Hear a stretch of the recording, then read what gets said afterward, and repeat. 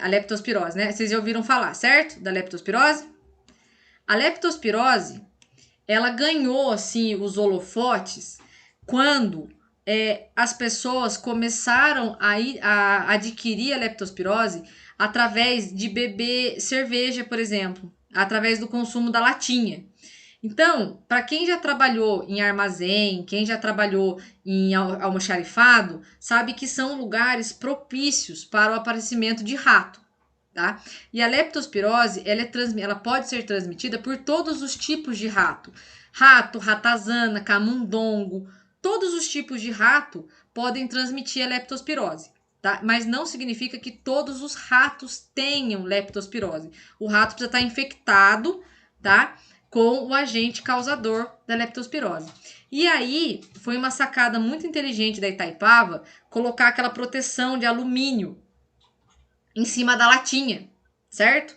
E aí, quando colocou aquela proteção de alumínio em cima da latinha, o que acontece? O indivíduo tira aquela proteção de alumínio, abre a cerveja e toma normalmente.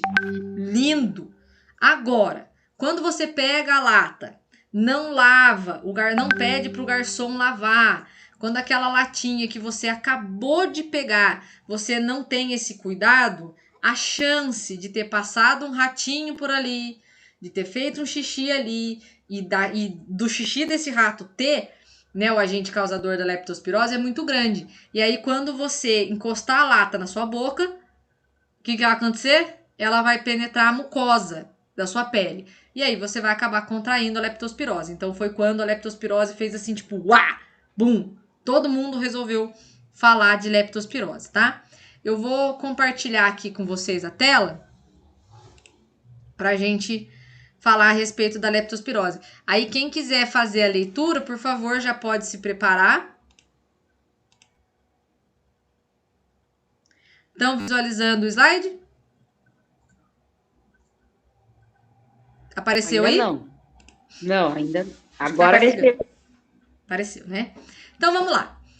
O segundo tracinho ali da nossa chave vai ser esse aqui, por contato da pele mucosa com a água contaminada, né? São doenças causadas devido ao contato da pele ou mucosas com água contaminada por esgoto humano ou fezes, né? E urina de animais. Então vamos lembrar do pessoal das enchentes, né? O pessoal que sofre com enchente. Alguém pode ler, por favor, a parte da leptospirose? Alguém? Posso. Por favor. Posso. Trata-se de uma doença infecciosa febril aguda, provocada pela exposição direta ou indireta à urina de animais, principalmente ratos, infectados pela bactéria Leptospira. Isso. Leptospira. Isso. A bactéria penetra através da pele com lesões, pele íntegra, imersa por longos períodos em água contaminada ou através de mucosas. Então vamos lembrar da nossa aula de feridas, né? Vamos resgatar a nossa aula de feridas. Lembra que eu falei para vocês que a nossa pele é o nosso muro, é a primeira barreira de proteção que nós temos? Você pegar e encostar por curto período de tempo a sua pele íntegra, sem lesão, em uma água contaminada pela leptospira, pela bactéria, não vai acontecer nada com você, porque a sua pele te protege. Agora, você pega uma cena de enchente, aonde o indivíduo ficou de bermuda, né, com a perna à vela, ou mesmo de calça, mas ele ficou submerso ali até a cintura, transportando móveis na enchente por aí 10, 12 horas. Esse indivíduo passou muito tempo imerso na água contaminada. Então, esse indivíduo pode sim adquirir a leptospirose, mesmo estando com a pele íntegra, tá? E também através da mucosa, né? Ó, como eu coloquei para vocês aqui, essa parte interna do lábio interior da nossa boca, né? Quando você tem contato ali com essa água, ingere essa água, pode né, vir a acontecer isso, tá? Alguém pode ler, por favor, os sinais e sintomas? Posso. Por favor. Febre alta, sintomas e sinais, né?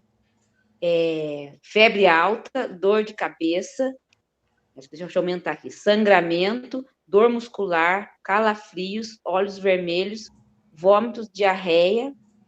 O tratamento é feito por meio do uso de antibióticos. Ah, não, tinha que ler um e o outro? Não. Não, pode continuar. Sem tratamento, a leptospirose pode causar danos renais e hepáticos e até mesmo a morte. Os antibióticos combatem a infecção. Bom, então vamos lá. Aqui a gente tem uma lista de sintomas, né? E normalmente as pessoas não conseguem associar com tanta facilidade a questão do sangramento e dos olhos avermelhados, né? Então, quando a gente pensa em leptospirose, a gente pensa em vômito e diarreia, mas ela tem outras coisas também. Além da dor muscular, dos calafrios, também pode causar ali, né, a febre alta, né, e a questão do sangramento e dos olhos avermelhados, tá? O tratamento é com antibiótico. Só que o detalhe, gente, é que a pessoa precisa procurar o atendimento médico com uma certa urgência, né? Então, só que vejam bem, tirando essa parte do sangramento, são sintomas comuns. Muitas vezes a pessoa acha que consegue tratar isso em casa e não procura o atendimento médico com certa rapidez. E aí isso pode causar, né, agravos à saúde da pessoa, tá? Esquistossomose. Gente, a esquistossomose é Professora, a... só um minutinho. Pode falar. Professora, então não é sempre que a pessoa vai morrer. Eu achava que ela pegou a leptospirose e morrer. Não, não. Ela pode se curar, então. Pode. Nossa. Até o E por que momento... tanta gente morre? Porque não procura o atendimento médico com rapidez. Porque os Ah, tá. sintomas, eles são muito parecidos com outras coisas. Então a pessoa pensa que é uma coisa que vai passar. Se ela não desenvolver esse quadro de olhos avermelhados e sangramento e ficar preocupada ou com dor muscular muito intensa e for feito o diagnóstico correto, muito provavelmente essa pessoa pode evoluir para óbito, sim, tá? Por conta disso. Entre outras complicações, né? O indivíduo pode desenvolver, né? Por questão de ter comorbidades, ele pode adquirir ali outras complicações aí que vão acabar agravando o quadro dele. Mas não, tem cura sim. Ó, o que é muito complicado, tá? A gente vai falar mais pra frente, é a raiva e o tétano. Esses dois pegou, ó, um abraço, tá? Pegou, o bicho se desenvolveu, olha, entendeu? Fazer uma carta, entendeu? Despedir dos amigos, porque esses dois são bem complicados, tá? O tétano e a raiva. Por isso que a gente toma tantas vezes a vacina antitetânica, né? E tem-se todo esse critério com relação à antirrábica, que são as duas vacinas. Porque todo patógeno, gente, ele tem um período de incubação. Lembram que vocês viram isso com a professora Priscila? Que a gente comentou na aula passada? Sim. Então, a vacina, ela é eficaz até um determinado momento. Agora, você teve contato com a gente, o tétano. O tétano não tá só no prego enferrujado. O tétano tá em qualquer lugar. Eu posso cair aqui no meu quintal, ralar o joelho e pegar tétano, por exemplo. Porque o tétano tá no ambiente. Por isso que a gente toma vacina antitetânica de 10 em 10 anos. Para pôr em dia. Se você sofreu um acidente de bicicleta na rua, a ambulância te socorrer, você vai pronto-socorro. Se você não tiver com a sua carteirinha de vacinação em mãos, provando que você tomou vacina antitetânica dentro desse período de 10 anos, você vai tomar outra. Por quê? Porque é a profilaxia, para impedir que o bicho se desenvolva, tá? Então, essas duas aí que são bem complicadas. Certo, gente? Muita gente não toma. Oi? Muita gente não toma. Então, fala que tá com a vacina em dia, fala que tomou, se nega a tomar. Professora, eu também, eu só fui tomar a minha com 18 anos. Porque eu tinha medo. Na verdade, agora que vocês vão para estágio daqui a pouquinho, vocês vão meio que ter que colocar a carteirinha de vacinação em dia. Entendeu? Então, se até já quiser se antecipar, fica à vontade para pôr a carteirinha de vacinação em dia. Tá? Isso é muito importante. Não, agora tá em dia. Então, isso é importante, tá? Manter a carteirinha em dia, tá? Dúvidas? Então, vamos continuar aqui. A esquistossomose. Alguém pode falar para mim sobre a esquistossomose? Eu, Por favor. ou barriga d'água, causada por vermes parasitas de água doce de países tropicais e subtropicais, inclusive Brasil. A água doce é contaminada por animais infectados e fezes ou urina de humanos contaminados. O parasita penetra na pele humana e atinge a corrente sanguínea, migrando para o fígado, intestino e outros órgãos.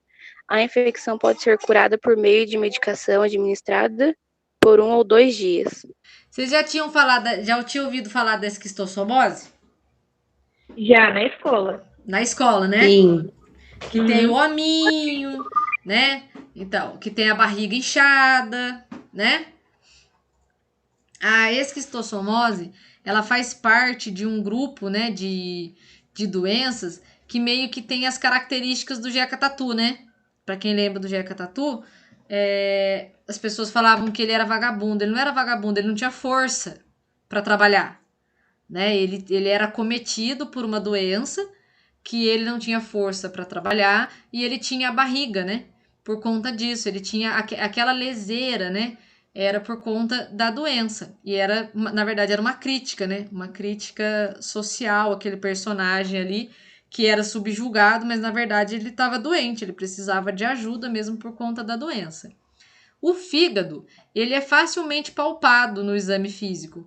Mesmo o fígado saudável, a gente consegue palpar ele, né? Então, no módulo passado, que a gente conversou a respeito dos métodos propedêuticos, a gente falou a respeito da palpação, da percussão, tudo mais. É fácil de palpar o fígado. Então, o indivíduo que tem essa patologia, ele tem o fígado aumentado. Então, a gente consegue, né, verificar, né, ali a questão do aumento do fígado, tá? Dúvidas? Dúvidas? Até aqui? Não. Não? Beleza. Alguém pode ler, por favor, os sinais e os sintomas da esquistossomose? Eu leio, professora. Mas sumiu para mim. Ah, achou.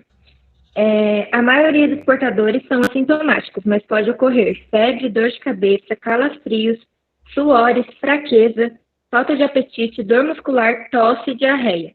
Na forma crônica da doença, a diarreia ocorre com maior frequência, podendo apresentar que é isso, professora? Enterorragia. Isso aí mesmo. Entre outros sinais. Tontura, sensação de plenitude gástrica, prurido, que fala? Prurido, né? Prurido. Que é coceira anal, palpitações, impotência, emagrecimento, endurecimento e aumento do fígado. Isso mesmo, tá? Coloquem para mim no chat aí, por favor, o que é enterorragia.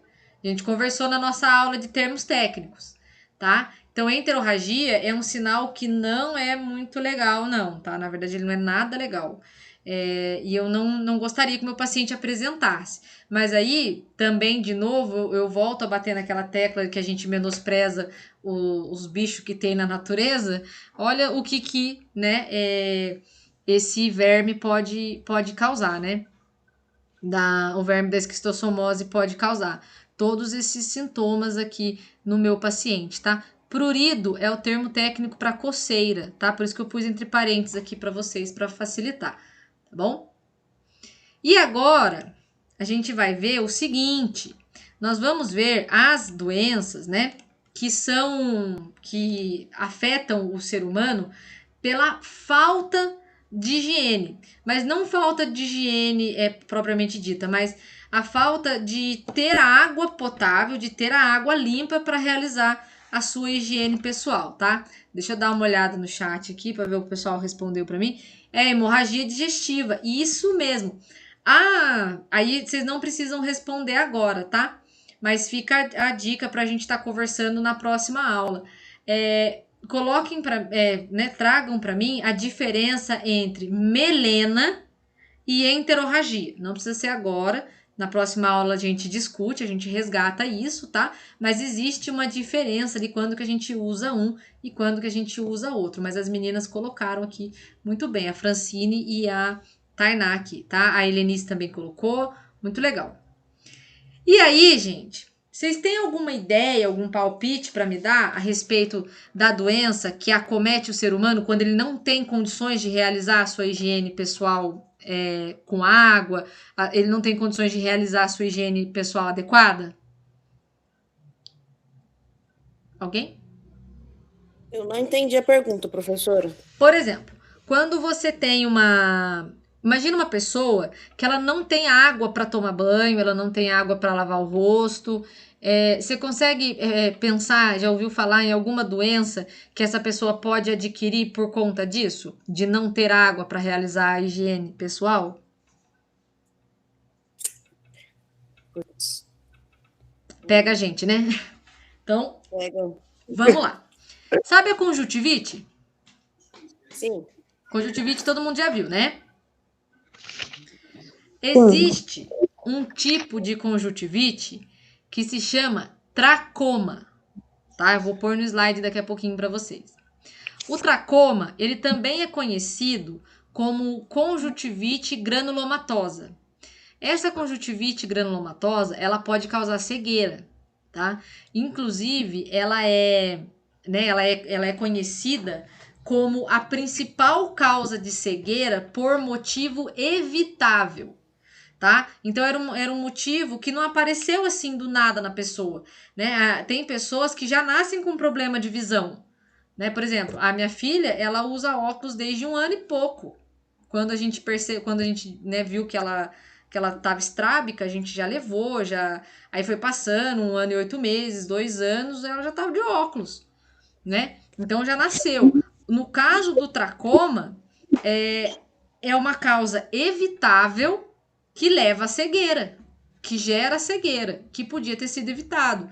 E o tracoma, gente, ele aparece exatamente porque a pessoa não consegue lavar o rosto, porque ela não tem água limpa, ela não tem água potável para lavar o rosto, tá? Então, por isso que, né, a gente diz que é uma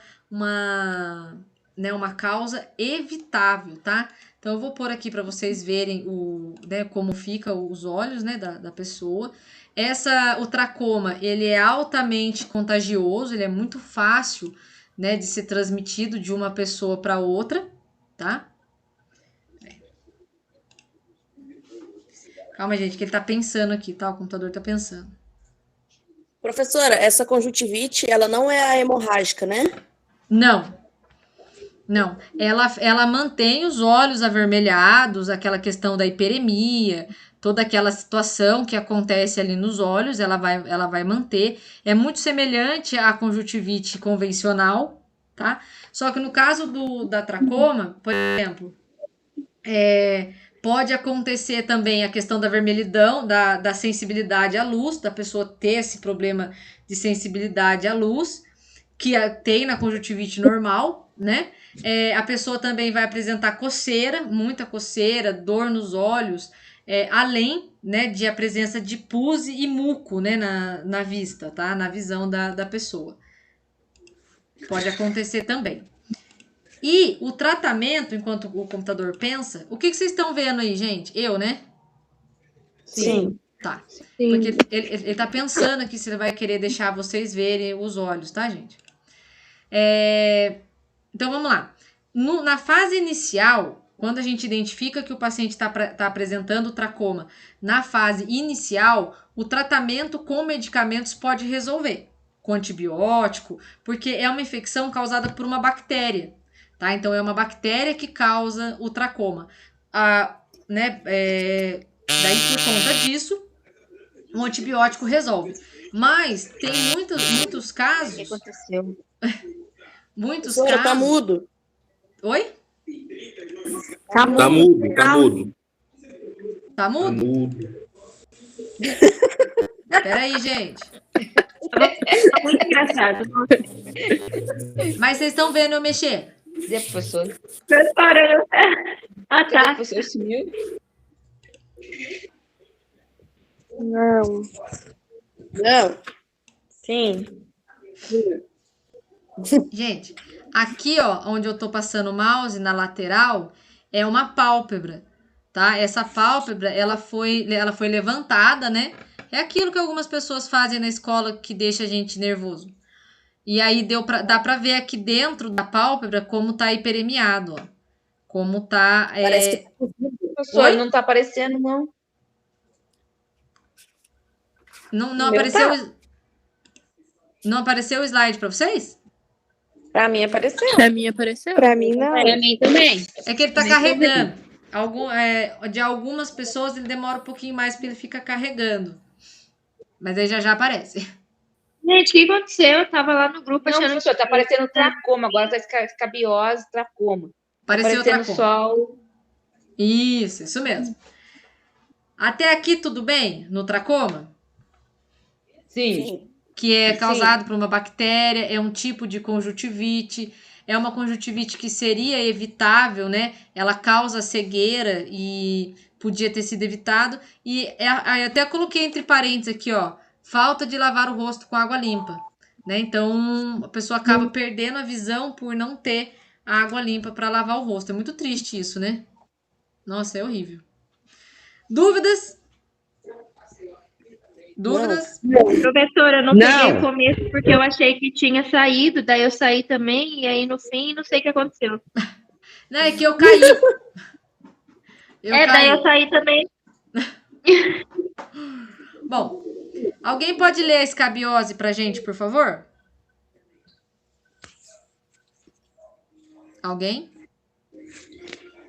A escabiose é causada pelo ácaro Sarcoptes. Não sei, não vou falar isso não sei como que é. Relaxa. Vive em túneis fazendo sulcos na camada da pele. É facilmente transmitida de pessoa a pessoa pelo contato físico. O risco primário é em condições de aglomerações, como escolas, barracas, abrigos e nas residências. Gente, a escabiose nada mais é que a sarna. A gente falou a respeito da sarna na aula passada, né? Naquele episódio lá que aconteceu, né, no pronto-socorro.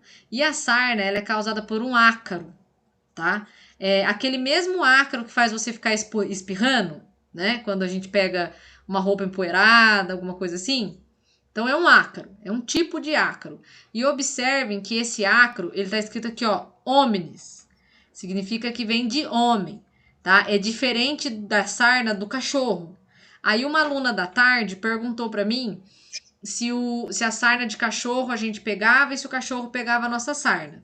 E aí, o que eu falei para ela? Eu tenho uma amiga que é veterinária, uma professora que é veterinária, e ela tem um folder muito legal explicando isso. Aí, para não perder a graça do folder, eu vou pegar o folder com ela, daí eu passo para vocês, tá? Explicando, né, essa questão da sarna canina e da sarna do humano. Porque eu não sei se vocês já repararam que o pessoal que tem cachorro, que às vezes o veterinário, a gente fica cheio de medo de pôr a mão em determinadas feridas de cachorro, né? A gente fica tomando maior cuidado. E aí o veterinário vem, põe a mão, faz tudo que tem que fazer, e a gente fica olhando assim, tipo, nossa, porque o veterinário tem um conhecimento que a gente não tem. Então ele sabe o que pega, o que não pega, o que pega na gente, o que não pega, né? Então eu já vi vários veterinários tomar algumas medidas que eu falo, nossa, então não pega, né? Obrigada, entendi. E aí, assim que ela me mandar o material, eu mando para vocês pra gente desmistificar isso aqui, tá? E aí, como eu falei na outra aula, a sarna, ela vai fazendo esses buracos na pele, né? Tem o tratamento, né? A gente consegue tratar a pessoa com sarna, o tratamento é viável, e aí o risco é aquele que a gente já sabe, né? São de aglomerações. Só que a aglomeração é sem a devida higiene. E aí tem um artigo que foi publicado que ele coloca o seguinte, que não dá pra gente associar a sarna à pobreza, né? A gente verifica, né, que tem pessoas que vivem numa condição precária, que não desenvolvem a sarna, que não pegam a sarna, e tem pessoas que não vivem nessas condições e que acabam por desenvolver. A questão está em ter contato com o agente causador da sarna. Por isso que ele coloca aqui aglomerações, tá? Então, aglomeração não é bom nem para um, nem para outro, tá? Então, alguém pode continuar aqui para mim, por favor? Ou a Gabriele, se quiser, continuar aqui com os sinais e sintomas. Eu continuo. Tá bom. Sua principal manifestação é na pele, podendo causar bolha, erupções, inchaços, secura, vermelhidão, úlceras, coceiras. O tratamento é feito por meio do uso de antiparasitários. É possível tratar a sarna matando os ácaros e seus ovos com um medicamento que deve ser aplicado do pescoço para baixo e removido após 8 horas. Os ácaros também podem ser eliminados com medicamentos orais. Tá?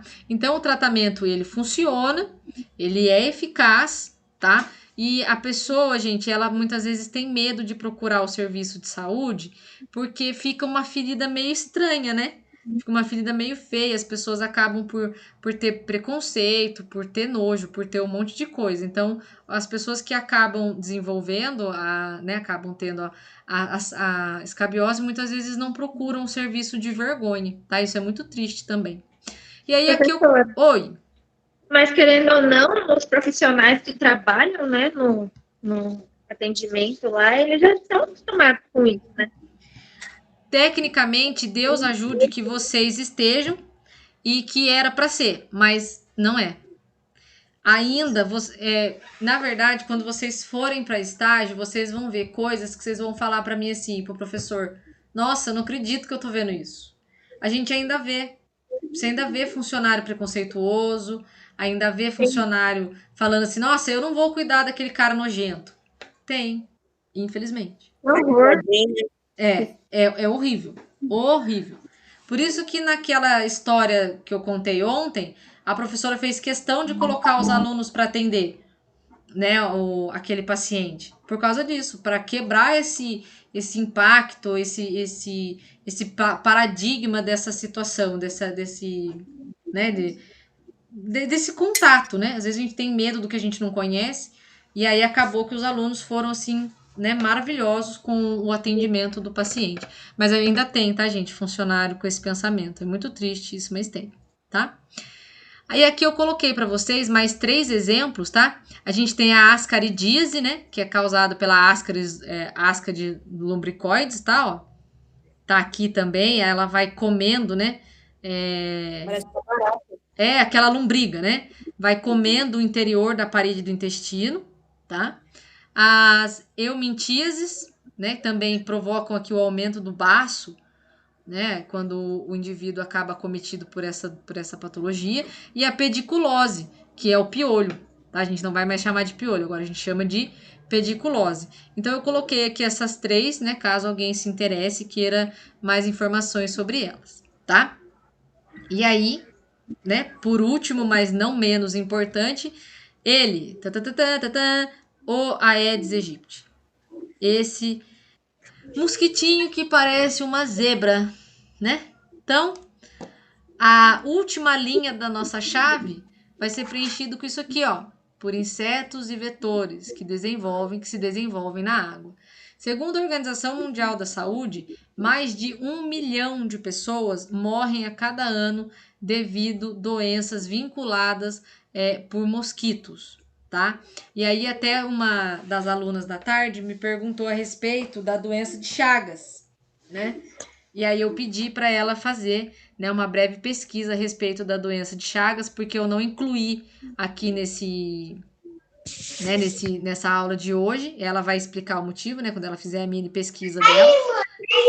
Porque a doença de Chagas é um outro esquema, mas também é transmitida por um mosquito. Assim como a leishmaniose. Vocês já ouviram falar da leishmaniose? Não. Cara, Sim.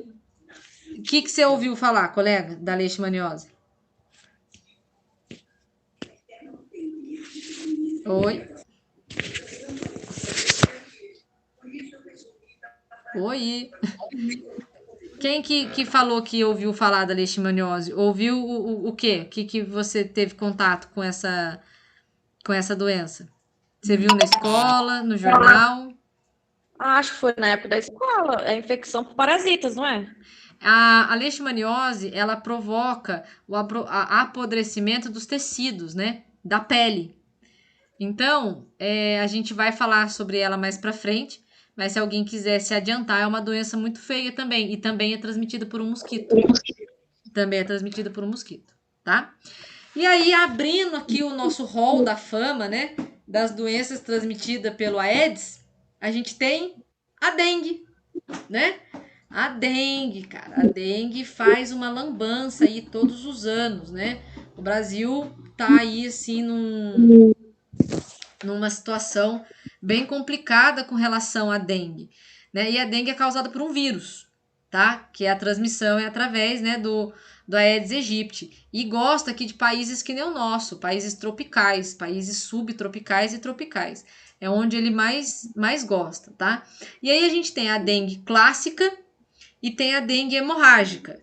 Então, como sintomatologia da dengue clássica, a gente vai ter o início, né, súbito de febre, que é o início de repente. Então, o indivíduo não vai ter febre de 37, 38, não, ele já vai começar uma febre de 39 graus, muita dor de cabeça, principalmente dor atrás dos olhos, perda do paladar e do apetite, manchas e erupções na pele, né, muito parecido com o sarampo, principalmente na região da parte superior do corpo, náuseas, vômito, tontura, cansaço extremo, moleza e dor no corpo, muitas dores nos ossos e nas articulações e dor abdominal, principalmente em crianças. E aí o que acontece? A gente tem a dengue clássica e a dengue hemorrágica. Na dengue hemorrágica, a gente tem todos esses sintomas que eu acabei de ler, mais a questão dos sangramentos de microvasos que acontecem internamente por conta da ação do vírus. Então, pensa assim, o indivíduo apresentou esses sintomas da dengue clássica. Depois de um certo período, né, normalmente quando a febre tende a baixar, o que vai acontecer? Vão aparecer os outros sintomas, os sintomas da dengue hemorrágica, tá? E aí acaba sendo, né, muitas vezes mais grave. Por isso que quando o indivíduo apresenta esses sinais da dengue clássica, existem testes que são feitos para verificar, né, a questão do aparecimento de manchinhas vermelhas na pele, é o famoso teste do laço, tá? Verificar, que é usado, né, como uma forma aí de auxílio no diagnóstico da dengue hemorrágica, tá? E esse quadro da dengue hemorrágica, ele evolui muito rápido, né, sendo muito grave esse quadro quando não tratado rapidamente, tá bom? Então a gente tem todos os sintomas. Oi! Quem me chamou? Existe dengue sem febre? Oi? Existe dengue sem febre? Existe o paciente que não manifesta a febre, tá? Existem pacientes que não têm aquela capacidade de desenvolver o reflexo de febre. Esse paciente, ele vai apresentar os sintomas, mas a febre vai ficar ausente. É como quando a gente tem pacientes com pneumonia e não apresentam febre. Então, quando o paciente vai procurar o serviço de saúde, ele já está com o pulmão todo comprometido porque ele está apresentando falta de ar, mas ele não teve febre. Então, isso pode acontecer. Idosos acabam, muitas vezes, sendo acometidos por infecções e não desenvolvem febre. E aí isso dificulta muito o diagnóstico. Então, não é que tem dengue sem febre, tem a pessoa que não manifesta febre, mas respondendo a sua pergunta, pode acontecer do indivíduo não ter febre, mas é difícil, tá? Tudo bem? Tá bom. Agora eu vou mostrar para vocês aqui algumas imagens, ó. Então, aqui a gente tem o indivíduo, ó, com as costas marcadas. E nesse outro slide também, olha a marca da mão da pessoa, o indivíduo todo hiperemiado aqui, pulsos, pernas, aqui região do braço, sangramento nasal. Coloquem para mim no chat, por favor, o termo técnico para sangramento nasal, para a gente já ir recordando. E aqui, ó, sangramento, a questão da hiperemia aqui, ó, na região ocular, tá bom? Então, a dengue hemorrágica, ela é bem complicada. E aí, o que acontece? Qual que é o tratamento para dengue, né? A dengue tem tratamento? Ela tem tratamento, mas não é um tratamento específico, né? A pessoa tem que fazer. Muito bom a galera colocando epistaxe. Legal, bastante gente colocou. Muito bom. Então, assim, o tratamento da dengue é repouso e tratar os sintomas, né? Nossa, legal, bastante gente colocando aqui. Bacana. E aí você vai tratar os sintomas. Claro que se o indivíduo apresentar a dengue hemorrágica, esse indivíduo precisa ser hospitalizado para que eu consiga fazer outro tipo de tratamento com ele. Eu preciso averiguar aquele quadro clínico dele, ele precisa manter o repouso, ele vai fazer reposição de volume, para ver se o corpo dele, como que o corpo vai reagir. Mas esse indivíduo precisa ficar hospitalizado. E aí o que vai acontecer? De acordo com a evolução desse paciente, o médico vai tomando as condutas adequadas. Tá? Então é muito importante a gente ter essa visão de que não tem um remédio específico, tá? No caso do tratamento da dengue. E o mais importante, gente, de tudo, e isso é fundamental, não permitir que o paciente tome medicamentos por conta própria. Não pode. Tá? Até eu pedi pro pessoal da tarde para eles pesquisarem assim por conta a questão dos medicamentos que não podem ser utilizados em algumas situações. Então eu tenho, por exemplo, o AS, né, que é um medicamento super tranquilo, um monte de gente usa o AS, e ele tem essa questão de não poder ser usado em um monte de situações. Então fica para vocês também estarem fazendo aí pra gente esse levantamento dos medicamentos, né, que não podem ser utilizados assim de qualquer forma, tá? Que a gente principalmente no caso de dengue, zika, chikungunya, febre amarela, não é qualquer medicamento que a gente pode estar tomando, tá bom? Até aqui tudo bem? Dúvidas? Então tá bom. Não. Oi, peraí, alguém me chamou. Oi. Eu. Agora, as manchas avermelhadas, elas são o quê? Tipo, coágulo? Na verdade, o que acontece? A ação do vírus vai promover hemorragias de microvasos. Então, esses microvasos, eles começam a se romper, sabe? Eles começam, a fisiopatologia da doença faz com que o sangue ele fique mais propenso e mais fácil de extravasar juntamente com a ruptura dos vasos. Então, é um conjunto de situações que faz com que a hemorragia, né? Então, a gente tem sob a pele essas manchinhas que são hemorragias de microvasos, tá? Que elas ficam ali sob a pele. O problema é que, se não tratadas, essas hemorragias, elas aumentam de tamanho e acabam atingindo aí vários órgãos vitais que não poderiam estar acontecendo, tá? A minha filha é branquinha, professora, ela ficou desse jeito, assim. Ela teve dengue? E ela teve, coçava demais, nossa, Deus. Coçava. Eu fiquei, aqui em casa ficou praticamente todo mundo quase. Só que como eu sou morena, então não parecia muito, era mais na minha mão que aparecia, que dava para ver. Mas eu fiquei também, a minha mão branquinha, nossa, ficou vermelha, meu Deus. Precisou ficar internada? Não, ficou em casa. Ah, que bom. Foi só de Oi? E muito líquido. Muito líquido, e né? Foi só de pirona e muito líquido. Muito líquido. E repouso, né? Sim, repouso. É isso mesmo. Aqui eu coloquei para vocês o print, tá? Da página do Ministério da Saúde. Podem ver que tá até falando do Covid, ó, a respeito da vacina da dengue. A última publicação aqui, ó, foi em 2019. Então, a vacina da dengue, ela estava prevista, né, aqui para iniciar a fase de testes em 2020. Mas aí, com essa questão da pandemia, mudou-se todo o calendário, né?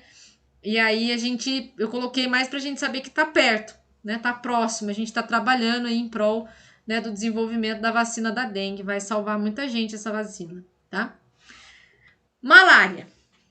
Lembram da malária? Já ouviram falar da malária?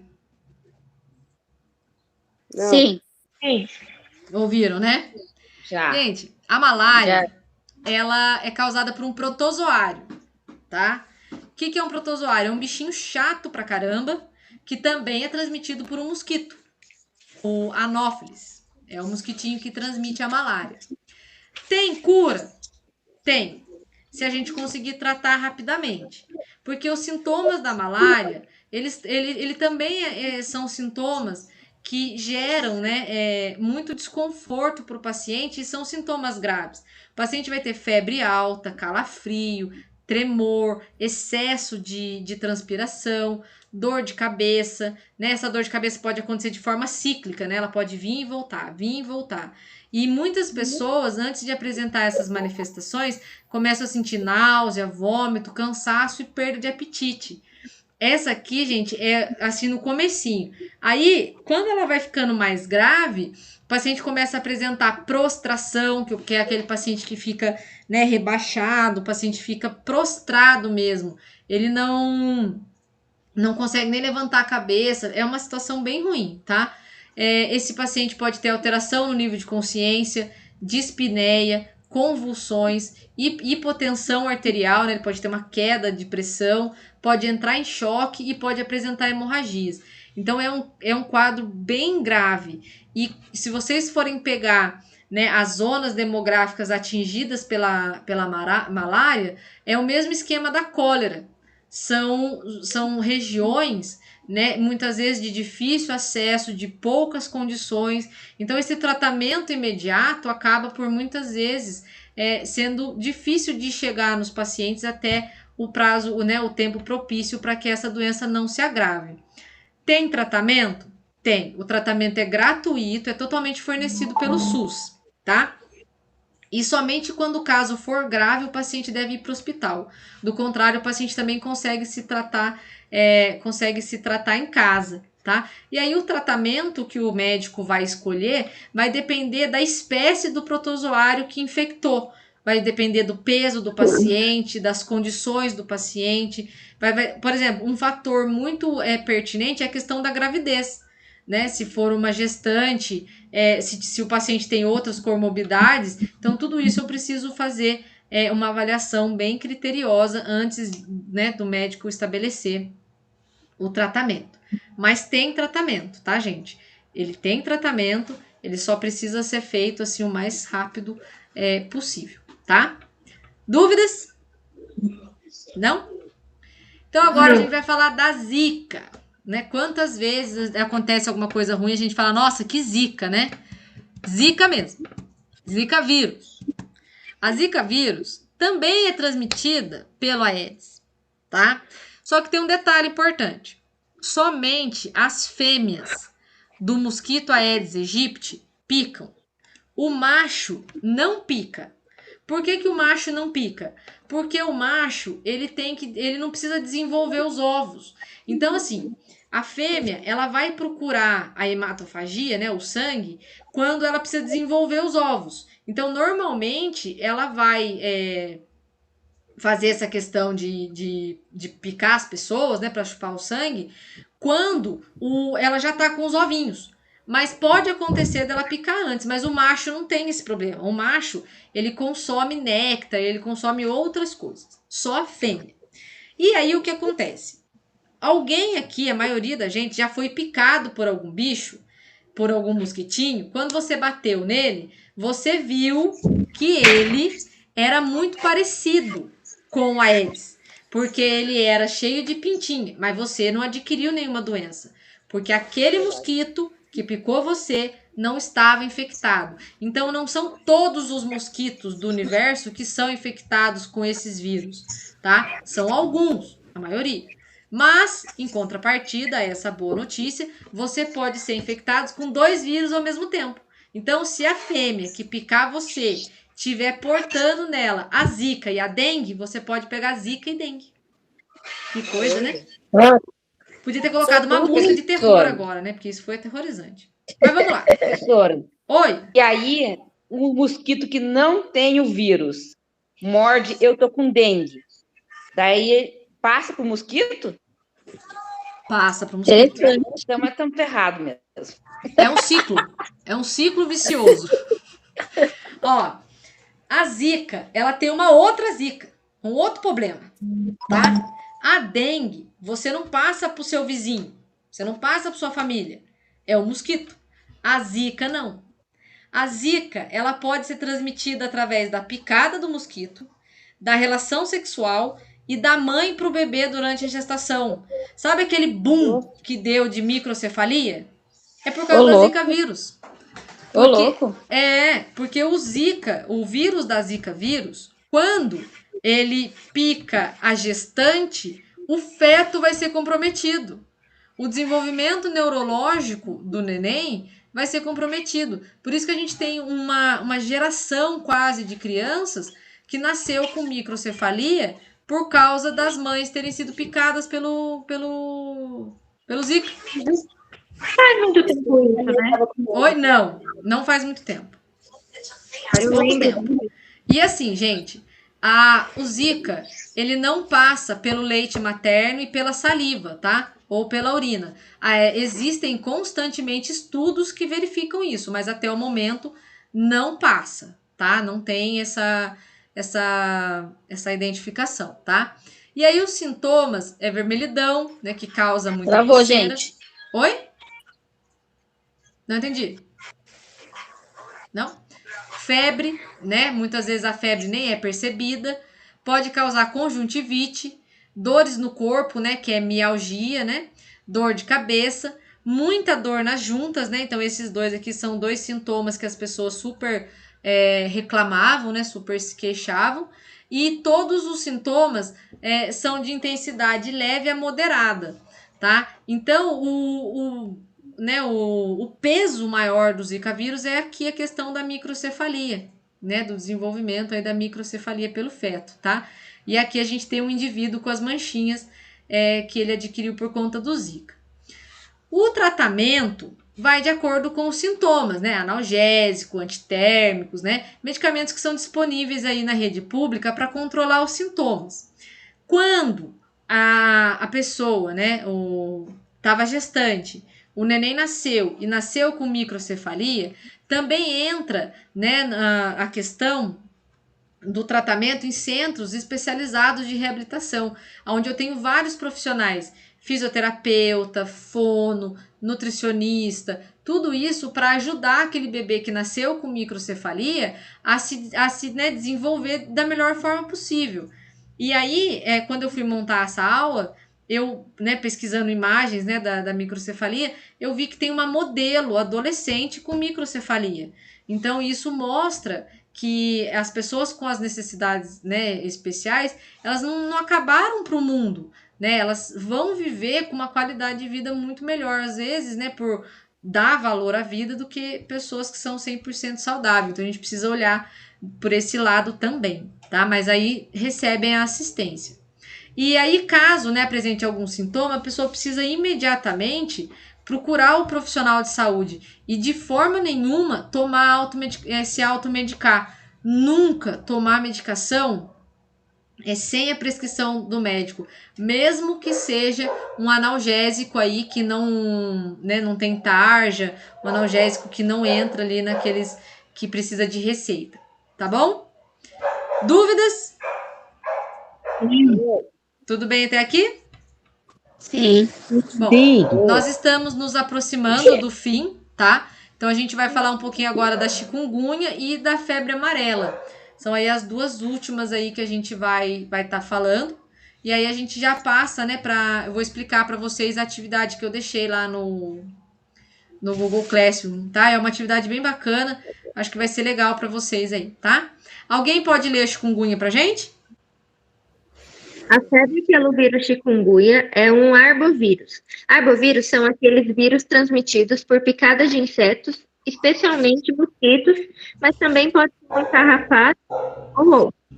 O transmissor, vetor do chikungunya é o mosquito Aedes aegypti.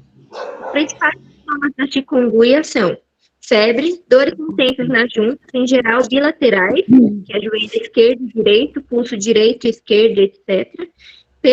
Pele e olhos avermelhados, dores pelo corpo, dor de cabeça, náuseas e vômitos, e cerca de 30% dos casos não chegam a desenvolver sintomas. Normalmente, os sintomas aparecem de 2 a 12 dias da picada do mosquito, período conhecido como incubação. E saiu. Oi? Não voltou. Depois que a pessoa ela é infectada pelo chikungunya, ela fica imune pelo resto da vida, tá? Aí o que acontece? A transmissão da mulher grávida, para o feto, ela só vai acontecer se a mãe ficar doente nos últimos 7 dias, no caso, a última semana de gestação. Nesse caso, a criança, mesmo que ela nasça saudável, ela vai permanecer, né, em observação. Ela vai nascer com a chikungunya, mas ela vai ficar em observação mesmo que ela esteja bem. E aí vão ser feitos vários testes para verificar se a criança vai manifestar aí algum quadro de complicação da parte neurológica e da parte de pele, tá? A chikungunya, ela também pode ser transmitida através da transfusão sanguínea, tá? O tratamento é muito semelhante aos outros, né? Então, a pessoa vai tratar os sintomas com analgésicos, antitérmicos, anti-inflamatórios, e no caso de sequelas graves, né, geradas ali, vai se fazer a avaliação médica e pode ser que seja necessário que o indivíduo faça fisioterapia por conta daqueles sintomas que a gente leu agora há pouco, tá? Mas de todas as doenças que o Aedes transmite, a chikungunya é o que escreve pior, né? E é o que é menos, assim, numa escala de prejuízos e tudo mais, ele tá ali, né? É o mais ameno de todos os que o Aedes transmite, tá? Dúvidas? Dúvidas? Não. Então tá. Então agora a gente vai para a febre amarela, tá? A febre amarela, ela, quando aconteceu o episódio aqui no estado de São Paulo, foi porque muitos macaquinhos apareceram mortos. E aí levantou-se a lebre, né? Levantou-se essa possibilidade do que poderia ser. A gente achar que a culpa é do macaco é errado. O macaco, ele é tão vítima quanto a gente. Só que o macaquinho, ele é vítima de um outro tipo de mosquito, tá? Que pica né, aquela parte silvestre ali, que é onde acontece a picada pela área rural e florestas, e, né, consequentemente, esse mosquito que carrega o vírus da febre amarela também pica a gente. Então, a gente compartilha com o macaco um problema, e não que o macaquinho seja a causa, tá? Então, aquilo que as pessoas estavam fazendo de querer matar o macaco, isso é errado, tá? A transmissão é pelo mosquito e a febre amarela não passa de uma pessoa para outra. E aí, o que eu aconselho vocês? A estarem visitando a página do Ministério da Saúde, né? Tem nas referências para vocês, onde fala da febre amarela. Por quê?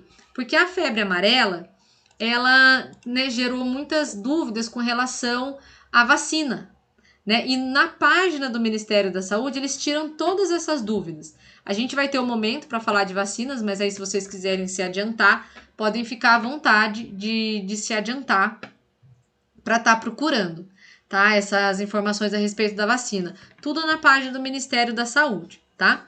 Alguém pode ler aqui pra gente os sintomas da febre amarela? Alguém? Eu. Por favor. Os sintomas da febre amarela são início súbito de febre, calafrios, dor de cabeça intensa, dores nas costas, dores no corpo em geral, náuseas e vômitos, fadiga e fraqueza. A maioria das pessoas melhora após estes sintomas iniciais. No entanto, cerca de 15% apresentam um breve período de horas a um dia sem sintomas e então desenvolvem uma forma mais grave da doença. Hemorragia, especialmente a partir do trato gastrointestinal. Eventualmente, choque e insuficiência de múltiplos órgãos. Então, assim, a pessoa, ela apresenta os sintomas, aí uma pequena parcela dessas pessoas tem uma breve melhora, tem um breve suspiro de melhora, e aí vem os sintomas mais graves, tá? Então, a febre amarela, ela também gerou muitos, né, ocasionou muitos óbitos aqui no Brasil por conta disso, né? De um monte de desinformação que aconteceu e das pessoas não procurarem o serviço médico por confundirem os sintomas com outras coisas, né? E aí veio a vacinação contra a febre amarela, que até então a vacinação era típica para determinadas regiões. Agora não. Agora a gente tem a vacinação aqui no estado de São Paulo e muitos outros estados também, tá? A vacina é a principal prevenção, né, contra a febre amarela, e o tratamento, assim como todas as outras que a gente viu agora há pouco, né, transmitidas pelo mosquito, é através dos sintomas. Então, a gente vai tratar a sintomatologia, tá? Os nossos pacientes que precisam de hospitalização precisam ficar em repouso, e sempre com reposição de líquidos, né? E a gente precisa sempre verificar perdas sanguíneas, verificar se o meu paciente está apresentando hemorragias, tá ok? Então isso é muito complicado. Né? Quando a febre amarela aparece numa forma mais grave, é necessário que o meu paciente muitas vezes seja tratado numa UTI para reduzir complicações e diminuir o risco de óbito. E aqui, ó, eu coloquei para vocês, ó, medicamentos salicilatos devem ser evitados, como por exemplo o AS e a aspirina, já que podem favorecer o aparecimento de manifestações hemorrágicas. Então, essa parte aqui, gente, é fundamental. Tá? Na próxima aula a gente discute, né, esse detalhe aí da pesquisa a respeito dos medicamentos que, né, a gente não deve tomar, mesmo sendo medicamentos de venda livre, né, que você pode comprar sem receita, a gente tem que ter um critério na hora de estar tomando esses medicamentos, tá? Aqui tem todas as referências bibliográficas que foram utilizadas para montar a aula de vocês, então eu aconselho, né, a leitura mais aprofundada, principalmente das páginas do Ministério da Saúde, tá? Pode enriquecer muito aí o estudo de vocês. E aí eu vou pedir para vocês abrirem a câmera, por favor, né? Porque agora na minha janela aqui eu só tô vendo eu, praticamente. Tem um monte de bolinhas aqui. Peraí, professor. Ajeita aí. Vamos lá. O trabalho que eu deixei para vocês lá no Google Classroom é o seguinte, ele é bem simples, tá? O que a gente vai fazer? Vocês vão imaginar, tá? Uma situação, uma família numa situação precária, tá? Vamos imaginar uma família numa situação precária. E aí, essa família, vocês têm a liberdade de colocar elas aonde vocês quiserem. Então, por exemplo, vamos supor que a Vanessa, ela vira para mim e fala assim, professora, eu sempre tive curiosidade de saber como vivem as famílias em regiões ribeirinhas, né? Tipo no Amazonas e tudo mais. Aí, ela vai olhar e vai falar assim, não, imagina uma família morando na beira do rio, né? Como que essa família recebe o atendimento de saúde? Então, eu gostaria que vocês, nesse momento, né, imaginassem situações. Imagina que você está trabalhando na estratégia de saúde da família e imagina uma família que você vai atender, sabe? Você pode construir ali essa cena dessa família. E ali eu perguntei para vocês, coloquei 2 questionamentos. Quais são as doenças que a família que você inventou, né, está suscetível a ter? Por exemplo, vamos supor no caso da Vanessa, vamos continuar no exemplo dela, da população ribeirinha. E aí, naquela população ribeirinha, ela vai estar sujeita a ter que tipo de doença, né? Qual o problema? A gente sabe que a população ribeirinha tem muita vegetação, então ela pode ter, por exemplo, doença de Chagas, ela pode ter doença, essas que a gente falou na aula, pode ter dengue, pode ter chikungunya, pode ter... Então, eu gostaria que vocês abrissem a visão de vocês para essa parte. Aí, vamos supor que a Vitória fala para mim assim, não, professora, eu quero imaginar minha família em São Paulo. Legal. Aonde em São Paulo? Eu quero imaginar minha família em São Paulo, na favela do Paraisópolis, que é do lado daquele condomínio luxuoso. Aí você imagina a família ali em Paraisópolis com a questão da rede de esgoto, da água tratada, entendeu? Toda a problemática, né? Então, professora, eu quero Taubaté. Eu gosto de Taubaté. Eu quero imaginar Taubaté. Lindo. Imagina uma família em Taubaté, coloca uma situação e ali você responde, olha, essa minha família, ela pode estar sujeita a isso, aquilo outro. Aí depois que você criou a família, levantou os problemas que essa família pode ter, eu perguntei lá assim, e quais são as indicações que você vai fazer para essa família? Vocês viram que no material da aula passada eu deixei um site para vocês fazerem um filtro artesanal? Tá no PDF, tá no final do PDF da aula passada. É um site que, quando você clica lá, ele explica como que você faz um filtro artesanal. Vocês podem, né, é interessante, principalmente quem tem filho, é uma atividade, né, para fazer junto com a criança. Entretém a criança, é bem bacana. E é fácil de achar as coisas para fazer o filtro. Então, de repente, Você fala pra mim assim, professora, eu fui lá, eu vi a minha família, eu sei o que a minha família pode ter, e aí eu vou incentivar a minha família a fazer um filtro artesanal. É uma medida, você concorda? Que para quem não tem nada, um filtro artesanal já é alguma coisa? Então, é só isso. Vocês vão criar a família, levantar os problemas que essa família está exposta ali naquele cenário que você mesmo criou, e aí você vai me dizer quais são as recomendações que você vai estar fazendo. Vocês ainda podem ir mais longe de virar para mim e falar assim, professora, eu criei a minha família e eu acho que a minha família, as crianças vão ter desnutrição. Tudo bem, é um problema de saúde coletiva. Embora não esteja engajado na aula das doenças que a gente acabou de colocar, é uma doença de saúde coletiva, então pode encaixar também, tá? Lá eu coloquei que vocês que participam aqui ao vivo, aqui online, não precisa entregar. A gente vai discutir em sala, tá? A gente vai conversar aqui ao vivo essa parte. Só quem assiste pelo YouTube, que daí não vai participar aqui comigo, daí me entrega lá no Google Forms, tá bom? E aí a gente vai... É tudo formas de vocês estudarem, tá? Porque essa disciplina de saúde coletiva, ela ajuda as outras, principalmente a de clínica médica e a de saúde da mulher. Tá bom?